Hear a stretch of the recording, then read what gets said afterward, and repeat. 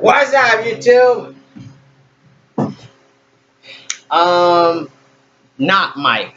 Nah, Mike's not here. Nah, actually, you guys remember when I first started out doing YouTube? I was using my name River, and actually, that's my real name. But I'm converting it to Ninja Ribs, so that'll be my YouTube name, Ninja Ribs. So Ninja Ribs here. What's up, YouTube? Uh, um, It turns out that today it marks the 1 year anniversary of me being a YouTuber. I'm not an official YouTuber because I haven't hit 100,000 subscribers yet or whatever, but I am a YouTuber. So I'm glad to be that. I'm glad to be here. Um, Now on account of this my 1 year anniversary, I still need to get with my cousins. You remember them, two little guys.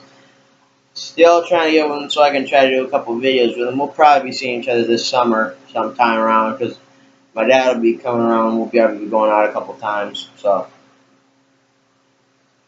also, this is Throwback Thursday for me, first one. I'm gonna tell you guys a story, but before I do, I wanted to get into a little something.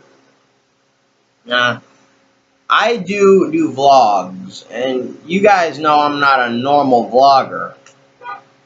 Regular vloggers do vlogs every single day, which, as you know, I do not. But me, I'm a little bit of a rebel. I mean, I don't always go by the rules. I mean, with certain things like don't cross the street without looking both ways, I'll listen to that. Or like I can't think of nothing else but that right now. But like with vlogging, I don't really follow that. I mean, vloggers do that because there's something going on almost every day in their life. With me, there's nothing going on that much. I stick around the house a lot. I'm slightly agoraphobic. Plus, I don't really have that. My friends don't really invite me out that much. I'm not exactly the best guy to be around. I'm a little not exactly all right up here, so I'm not exactly a guy people like having around. That's probably why my cousins aren't around as much. But I do what I can. So I don't know if there are any vloggers who do that. Who only vlog once in a while when something awesome is going on with them. But if I'm the first, hey, happy to be the first. But yeah, like I said, happy 1 year anniversary. What's Up Productions. I'm not so sure if I want to change the name. I kind of like it, but that's just me. Anyway, getting down to business. Today's Throwback Thursday, and I got a story for you guys. Now, this happened to me when I was 11 in 2011. I'm 17 now. Actually, no, I'll be 17 in a couple months, but I've been calling myself 17. I don't know why. I just do. Anyway, this happened to me in 2011. This was one of my dad's students. His name was Maynard. He's a big, I don't know what he does now. I think he's opening up a center or something. I think he's like a real estate agent. I don't know what he is. But anyway, back then, he was still in school. And this guy, if any of you watched the movie, the television show Monk, that is a great detective show. But you remember the episode, Mr. Monk and the actor with Stanley Tucci in there. Man, that guy in there when he played, I forget what his name is, but when he was playing Monk in there, how he got so bad into the role that he actually dressed like Monk, to where they couldn't tell each other apart. That's how it was with my friend Maynard. Yeah, he's my friend now. I hope he went to rehab, but back then, this guy, he was obsessed with Scar from The Lion King. Obsessed. And I mean, he could change his voice to him. He recited every line from Scar. It was just crazy. And that guy, he all the time, every time I see him, he go around the house singing, "Be prepared." He would always go around singing it, and it would just be crazy. And it kind of scared me for a little because I'm like, this guy's in way too deep. He's gonna end up going in a psych ward. He's gonna get someone killed. But one day, uh, I remember my dad was working, I think, or something, and I stayed with him. And he also had his brother. I forgot what his brother's name is. Quentin there. And well, the night was okay, but I could have done without sleeping in the dark. Hey, I'm 17 years old. I'm still afraid of the dark. I admit it wholeheartedly. I got no shame in it. And you out there don't like it, I don't give a crap. You can judge me all you want. I don't care. You probably got the same fear of something else. I don't make fun of you. Don't make fun of me. Okay. Now back to the story. Anyway, later that I was an insomniac. I still am. I'm up most of the night, all throughout the day. Sometimes the longest I've gone is 3 days and 3 nights without sleep. So a whole weekend I've gone. That's my record. But anyway, I'm not trying to break no record. But anyway, I stayed up that whole night because I wasn't used to sleeping on a couch. And he was it was in his apartment, and I'm on a couch. The couch hard as heck, like granite. Like if I take this hammer, hard as that table right there. It was hard. Every time I tossed and turned, the thing didn't seem to go down. No memory foam. So I actually settled for the floor. The floor was a welcome mat, and the floor was harder than that thing, but it was more comfortable. So I took the floor to the sofa, and then later on in the morning, his brother woke up. He was sleeping in the living room with me on the floor, and he turned on the TV. Now, I was grounded at the time. My mom put me on groundage from watching TV or movies, and I assumed I was off groundage, but apparently I wasn't. But thing about it was, I still was, and I didn't know. So he woke up. He came out of his room. He's like, "What are you doing? Like, you're not supposed to be watching the TV. Get back to that couch." So the dude picked me up, turned me around, and literally threw me halfway across the room. And I was just starting to get a little bit pudgy. I'm sure you guys noticed in that Nickelodeon Whip Nene movie that I did with my cousins. I'm a little fat. I got no shame in that either. I just want to lose it a little bit. Try to get in shape for the next year. But anyway,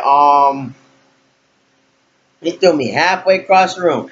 Like, okay, say here is his living room, and it's in an apartment, so the living room is pretty big. And his room is like way over here, and his couch is way over there on the other side by the front door.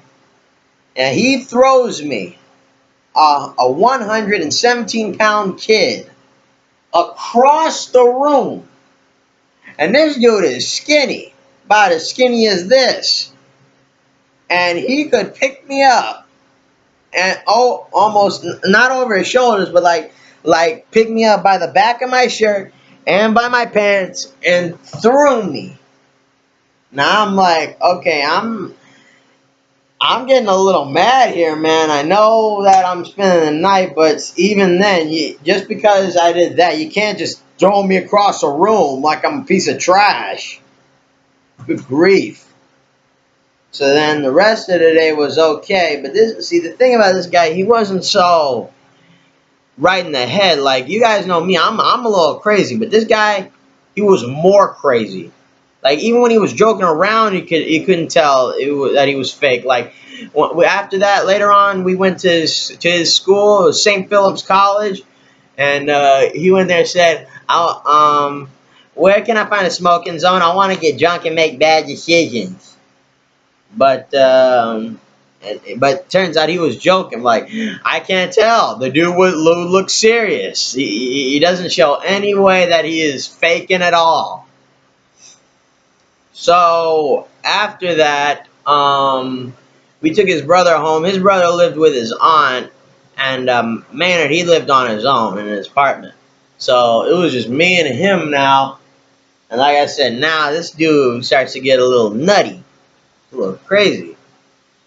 So, like I said, he loved Scar from The Lion King, pranced around like Scar, sung like Scar. And you guys remember in The Lion King when Scar is singing, he goes, "A shining new era is tiptoeing nearer." And Shenzi Marie the hyena comes out behind him and says, "And where do we feature?" And man, he even did that. When he's like, "A shining new era is tiptoeing nearer." And he goes, "But where do we feature?" Man, this dude was crazy. And when it came around to the point where Bonsai the hyena says, "Yeah, be prepared, we'll be prepared." For what? And Scar goes, "For the death of the king."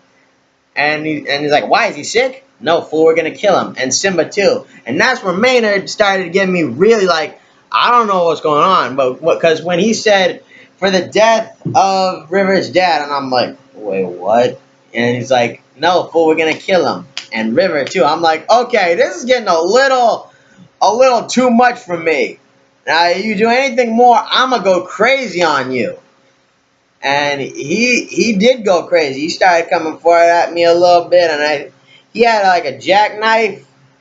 It wasn't that big, about that big or so.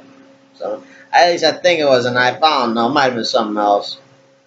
I mean, I was 11. I had imagination. I still do, but I was just too petrified. Okay. So and then the dude started chasing me all around the apartment. All around. I'm like, okay, I gotta get to a phone. I gotta get out of here. And so, he finally corners me over by that hard out couch. And them pillows are hard on there too. I had a crick in my neck from it. Like, anyway, he's like, "And now you are done." So then I just grabbed one of them pillows and he's like, "Ah, why you little?" Then I jumped off the arm of the couch and brought it down on him again. I'm like, "Where's the phone?" He's like, "I ain't gonna tell you nothing." So I'm like, okay, fine. I'll find it myself. So I'm like, "Stay down." But nah, this dude, he didn't stop.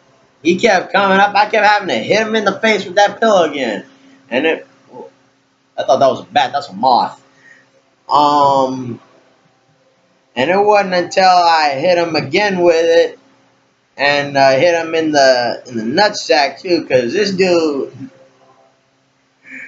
had a bit of a high pitched scream, like, "Ah!"